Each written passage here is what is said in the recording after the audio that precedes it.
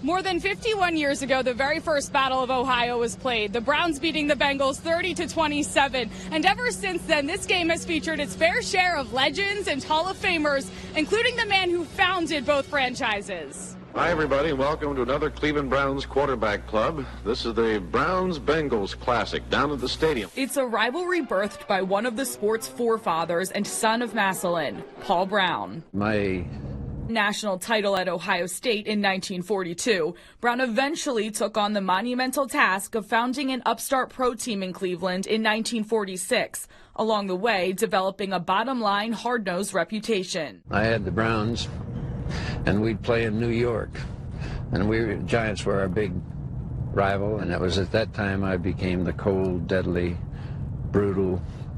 It was great. That's the way the New York paper started it. Brown's tactics made the team an immediate success, considered by some to be the original America's team, winning 4 AAFC championships and 3 NFL championships from 1946 to 1962. We were winning more than our share, a lot more. But by the end of the 1962 season, the Browns were mediocre and on an 8-season championship drought, with its coach facing a barrage of questions like this. Another old saw that we hear is that Paul Brown, for all of his innovations and all of his contributions to the game over decades, the game has somehow passed him by. New Browns owner Art Modell, engulfed in a power struggle with the legendary coach, saw his moment to cut ties, shocking the football world by firing the franchise's namesake after 17 seasons. Some people want to get rid of everybody that's over 50, and I don't think it's right. Away from the sidelines for 6 seasons, Brown resurrected his career in 1968, forming the newest expansion team in the AFL, the Cincinnati Bengals. The Reds were thinking about leaving, as I remember, because there wasn't a stadium that was worthy. And yet the city had to have the second major league franchise in order to build a stadium. And that's where I came in.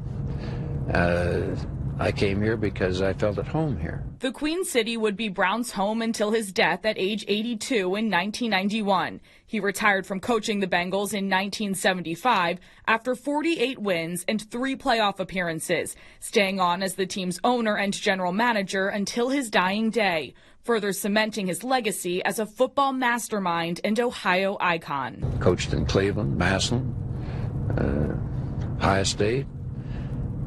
Went to school at Miami, at Oxford. I guess I just sort of figured I'd better clean off the rest of the state. We'll be back next Wednesday night with the Saints-Browns highlights film on another Cleveland Browns quarterback club.